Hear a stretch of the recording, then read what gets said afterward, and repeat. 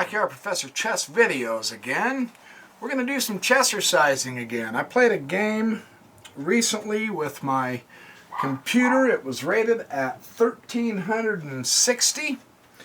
Not a grandmaster level, but the advantage that I have with playing my Shredder computer app, it's good practice, and I also have the opportunity to try to put as much of Jeremy Silman's chess course material into my games to see how this works, to learn to practice how to read the chessboard.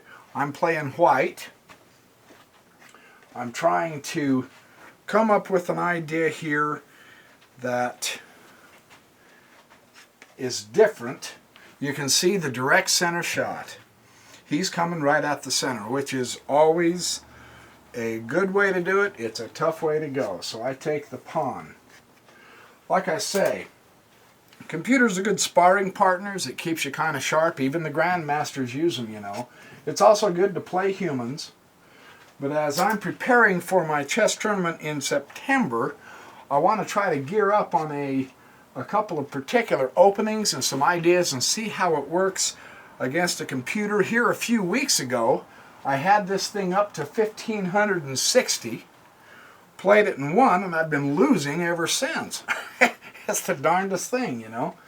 You win some and you lose some. This is a process. Chess is a process.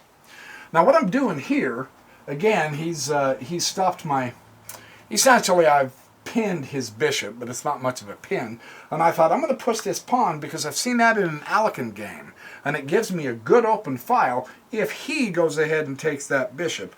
I'm hoping to try that again. And instead, it throws a new variation at me, which is the other thing I like about the chess computers. They have a trillion variations that they can throw at you and try to help you get your bearings with certain openings. I go ahead and castle early, which is essential because I can see he's got a pawn center. Now, as you play through the game, you try to come up with a plan, right? But as you play, the board changes. And so you have to be flexible and change your approach to this. Now you can see he's got a great pawn center here. He's broken the pin here. And now he's pushing his center agenda. So this is something I want to pay attention to carefully. I want to say, okay, hold it. That's far enough. He's already made it so I can't bring my knight out in a regular development, right? You see how he's done that? He is developing very well. In fact, I do believe we're about even with development. At this point, here's my thinking. Silman notices this. I know Nimzovich talked about it, Alcan talked about it, Petrosian talked about it, Karpov and Kasparov, and Anand and Kramnik. All of the great chess players, Steinitz even, Lasker. They said whenever someone is doing a wing development and attack, the correct answer is center thrust. So I grabbed that open file, pinning that knight to his king, right? I want the center file. Well, he breaks that pin with the bishop that was pinned here, and now that he's broke that pin, I have an option. Do I take the knight or not? And then I'm thinking, now wait a minute, he's left off the pin, and I can get some queenside play here. I think I see something to where I'm going to go ahead and push that pawn. I no longer need to protect my bishop. If he does come up with the thrust, I can come back down and exchange the bishop, right? Well, now he's given himself away. He's going to fianchetto this bishop, right? So I'm going to directly challenge. Whoops, that's not what I do. I came to here. I'm going to directly challenge the front pawn. It's time for me to get rid of the cramping. You notice the imbalances here. If we don't recognize the imbalances, if we don't chessercise the chessboard several times during each game, if we don't understand the imbalances and know how to play where our best options are, how are we going to know what moves to make? You know? You're not going to play as strong a chess, and this is great practice. This isn't Grandmaster chess. This is one of my practice games in my journey to chess mastery. And in the process, you do correct things, you do incorrect things, but you always learn. Every game of chess is a learning game. He certainly has central space, doesn't he? I mean, sincerely. That's obvious. So, I've got the queen side somewhat. And this is still pretty open over here on the king side, right? Nobody has any real targets or weaknesses yet. So I'm thinking maybe it's time to start trying to create some targets and weaknesses. You know what I mean? Keep your eye peeled for this type of thing. Now he's fianchettoed his bishop. And I've already pushed my pawn, so it might open up that bishop. He has the two bishops. I have the two bishops. We haven't exchanged much, just a couple of pawns. In these games, it's fun to experiment within reason. And sometimes your experiments go bad. Let's face it, we're all learning, you know. We're all practicing, and none of us are grandmasters much. I thought I saw something here. So I did a couple of quick calculations. Now I'm not playing, you know, like 20, 30, 40 minutes a move here. These are more or less practice games. I'm trying to see how incorporating the imbalance ideas work with an opponent that's roughly rated the way I am. I believe this game was a 1360 rating. And I saw something and I thought, I'm going to try it differently just to see, because I think I can get a checkmate out of this. And the idea involves a kingside attack. His king is in the center. You notice that? I've castled. He hasn't. Well, when the opponent doesn't castle, Silman says, go get him. Right? Nimzovich and Alekhine and Capablanca, all of those greats said it too. So I brought my rook up here, hoping to throw him off. I thought, you know what? I see how I can create a weakness here that might be very interesting. And what I should have done, instead of using my rook with that open file, I should have used the knight, because I could have forked his queen and bishop, and I could have had a free bishop. So now I'm down the exchange, right? But I thought I saw something. Let me show you this. Queen comes up. Do do do do do do do do. Do you see what I'm trying to do? Do you see what I'm seeing here? I have a possibility of really making a significant quick game to this. Kind of fun, kind of interesting. I'm developed pretty good, and now he brings his queen up front and center. All hail to the queen. Unfortunately, that's the wrong queen to salute to from my end of things, right? Well, that's a great move. I think, okay, let's go check, see what he's got, right? Brings his king up to here. And I can see that what I thought I saw is not what I saw. Now I'm in trouble. Here's what I missed. And this is something that happens to everybody, including grandmasters. Still, is something to keep in your mind every game. I'm now in danger of a back-rank checkmate. I mean, that quick. We're in the heat of battle. I've got pieces pinned all over the place. He's got fantastic central thrust. He's actually cramping me. I'm kind of coming around on the two wings, and all of a sudden, I'm facing extinction. Right there, and it's checkmate. And I saw that, and that's what I missed. I thought, oh no! Well, I have to prevent it. So I'm going to do it. I can't bring my bishop up here because of that cockeyed front pawn, you know. That central thrust is really powerful on my opponent's part.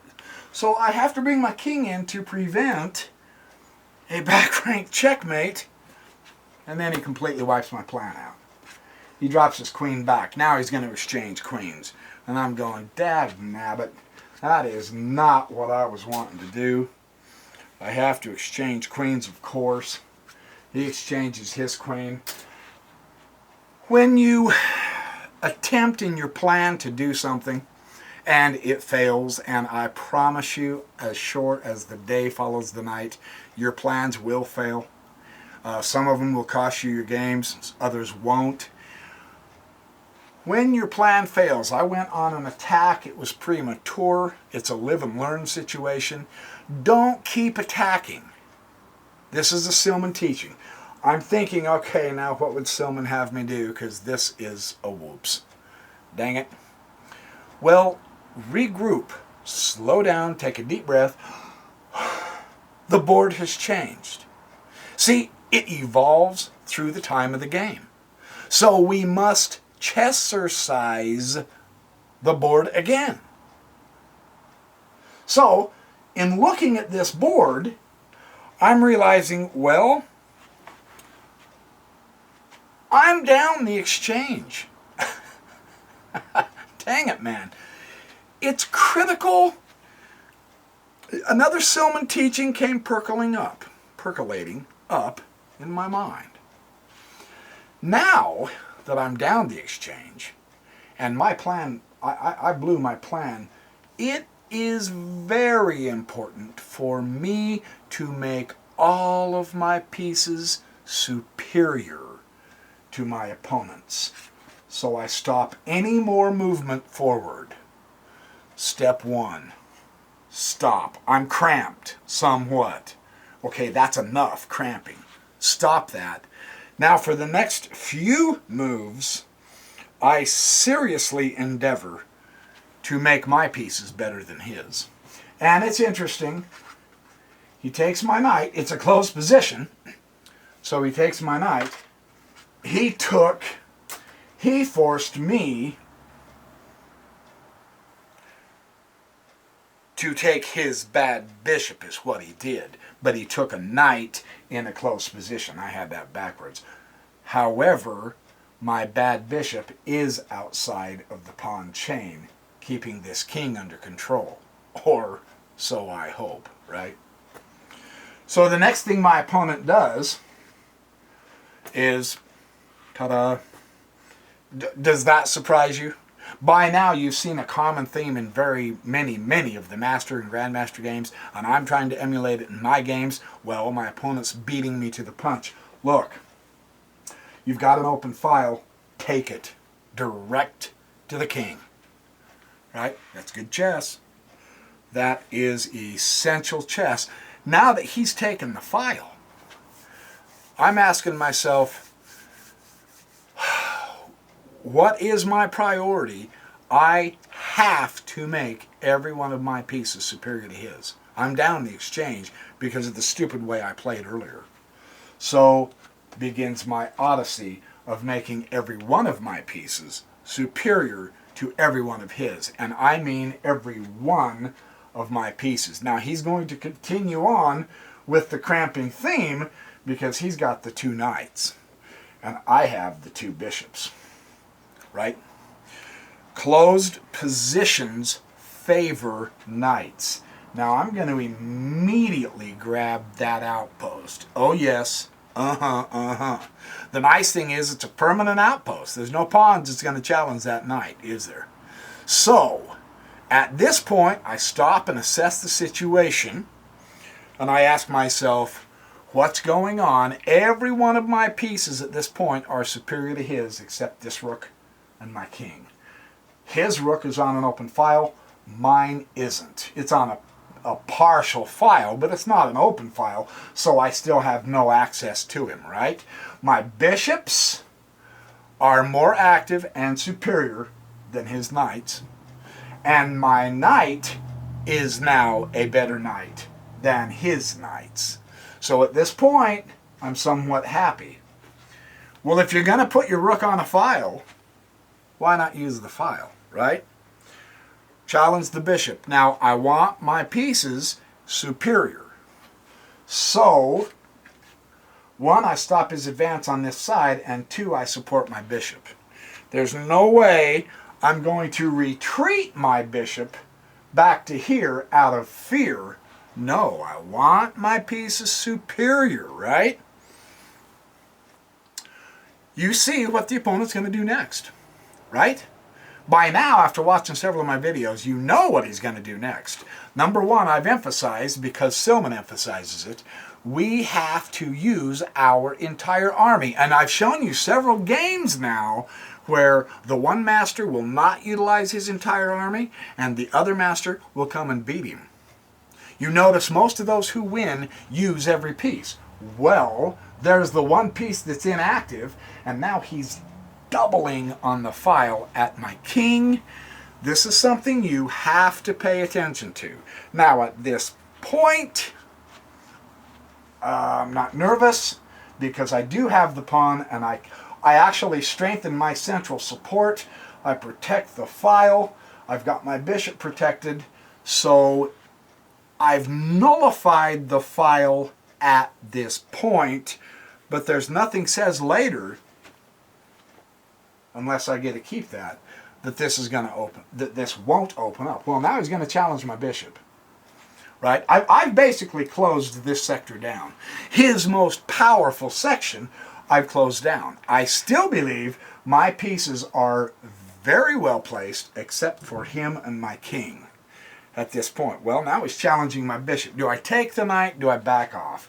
I backed off at this point because he's on a white square. My light squared bishop, he's on a light square. His pawns are on light squares, the majority, and so those can be future targets.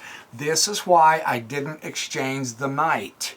See, evaluate, Chessercise the board and the pieces, and it helps you figure out which pieces to keep and which pieces to trade. That makes perfect sense, right? I mean, that's logical. If you know how to play the board position with which pieces and which pieces to exchange and let go, then you can play better chess. He backed his knight off. Absolutely senseless. I thank you for the free move. I think that's an error because he backed his knight off, which is for all intents and purposes virtually useless anyway. I need targets if I'm going to win this game, you guys. You need targets. I need to get to him, or he will beat me because I'm down the exchange. I have to find a way. How do we figure out how to make targets? Right? What am I going to do to make a target? I go ahead and exchange the knight. I say, all right, the time has come. I was hoping he would do it with the pawn, but I knew better. I mean, honestly. However, that pawn is backward. It can't come forward safely, so it is by definition a weakness. Now, if it could make the transition up here safely without being attacked, it wouldn't be a backward pawn. Officially now, I have a target here, right? I was hoping he would take it, have doubled pawns, and open up the file. But then I've got this pawn right here, right? That's not an open file. But I can create one. And what's cool, he has this file on my king side. I find a way to open up the file on his king side toward his king. So I do so. Don't be afraid to swap pawns and open files for your stronger rooks than your pawns, right? And he takes. He virtually has to, because if he doesn't, I will, because I want the open file. And now I grab the file. There's nothing he can do to prevent me from getting this file, right? So he pulls his rook up, and I definitely open up that file. Now I have an open file. My open file, but it does have a weakness, and I'm pointing to that weakness, and only his king is guarding it.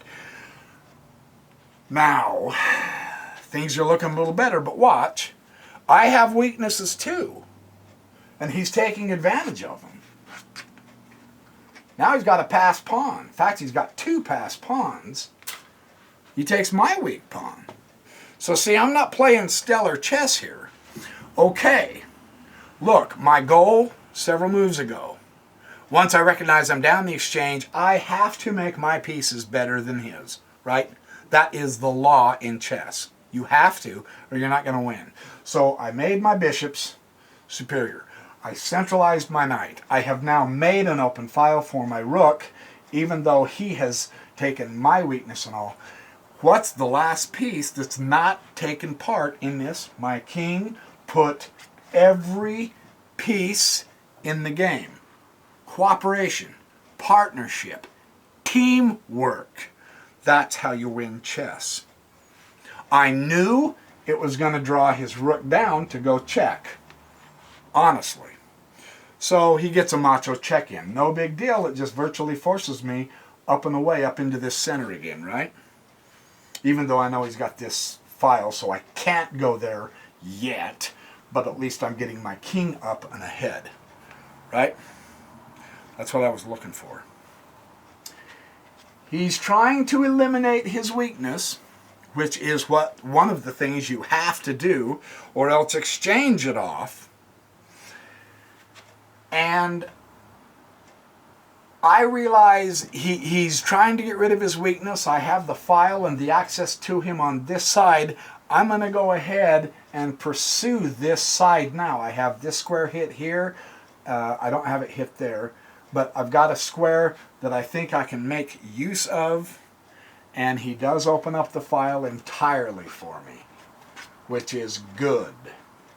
In the meantime, we've got weak pawns here. Now he can strengthen that a little bit, but that's not really strengthening it. So I've got other targets also. Now I'm beginning to get targets, and I like that. However, you notice, again, Chessercising the board, evaluating it, looking at the pieces, looking at the imbalances. Now I have a full use open file.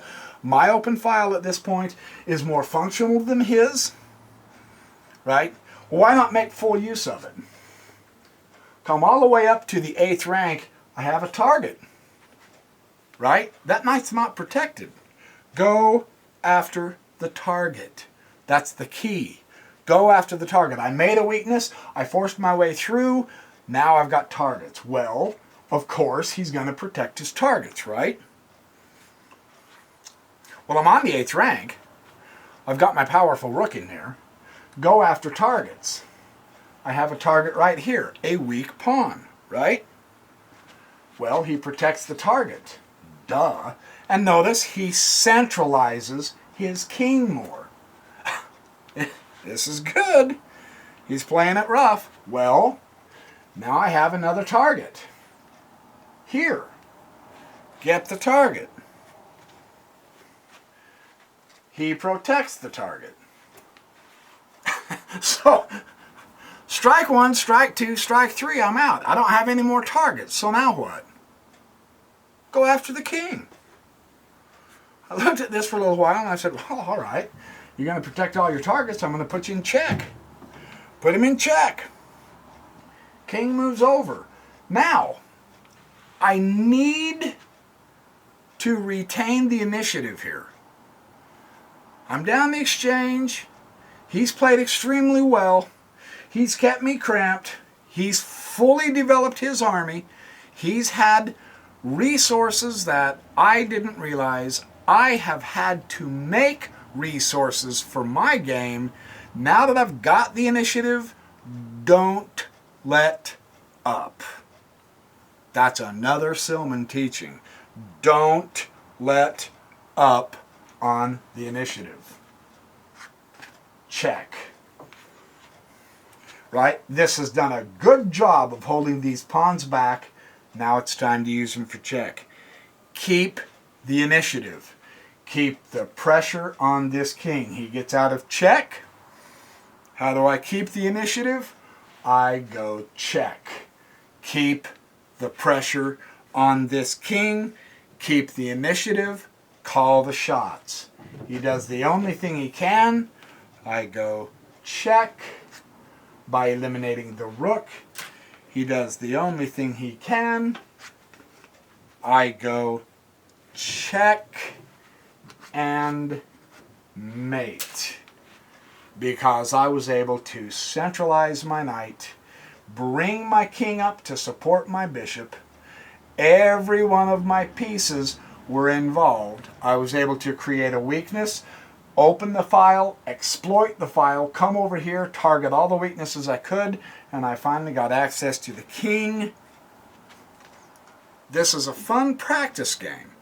Not to show you Grandmaster Chess. You're not going to see Grandmaster Chess out of me for a long time. What you will see is improvement chess. Chessercise chess. Chessercises aren't detailed investigations into all the variations. Chessercise chess is to get us in the mindset of learning how to look for the imbalances and use them. Find weaknesses. If you can't find weaknesses, make weaknesses and then attack them for all you're worth so that I can create a favorable imbalance for me. My favorable imbalance, he had the partial open file and I closed it so he could not attack me, right? I didn't have an open file, so I created one with the pawns, brought the rook in, and used the open file and the 8th rank, and the 7th rank, and so on and so forth. Find targets, attack those targets. Once I gained the initiative, I never let go. You retain the initiative until you win the game, if possible. That's Silman chess. I couldn't have played this game this way just 1 year ago. I'll tell you what, when I started playing, there were people beating me all over the place. Every now and then I get lucky and play a game and win one. And when I got a chess computer program, I started at what, 500? I am not kidding. I don't think my rating was 500. And I lost the first couple games that low. And then I quickly began gaining speed when I seriously started studying Jeremy Silman. And now I'm playing a computer at about, it's between 1350 and 1400. I think this was 1363, something like that. So, I mean, it's typical C, maybe B players. Or how does that go? D players. I'm on the lower end of the beginners, but I'm not a complete rank patzer. I'm just a patzer.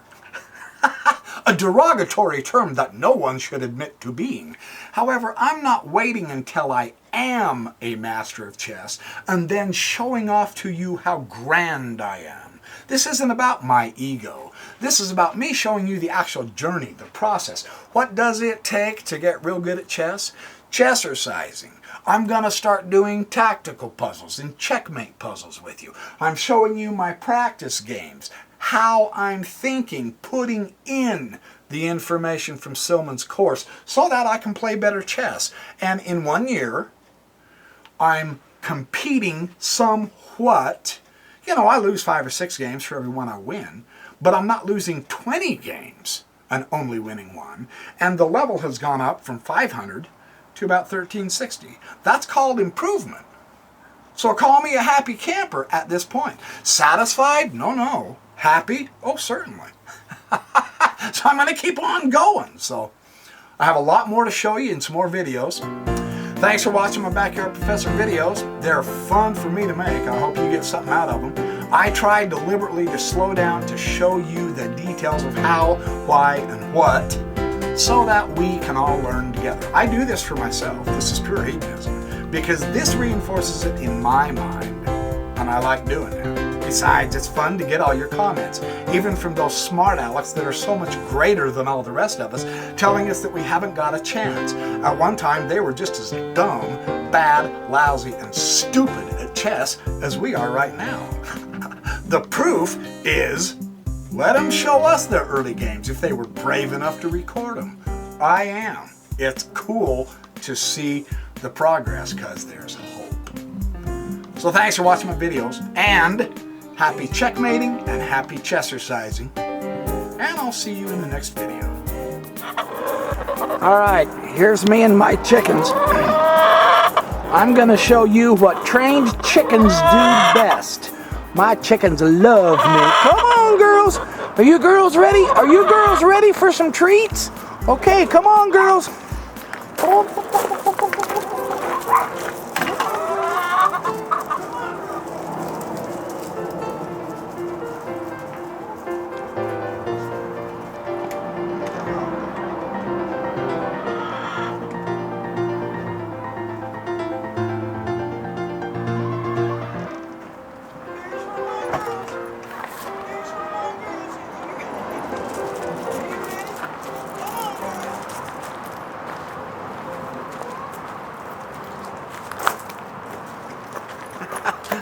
And that's what you call Chicken Man!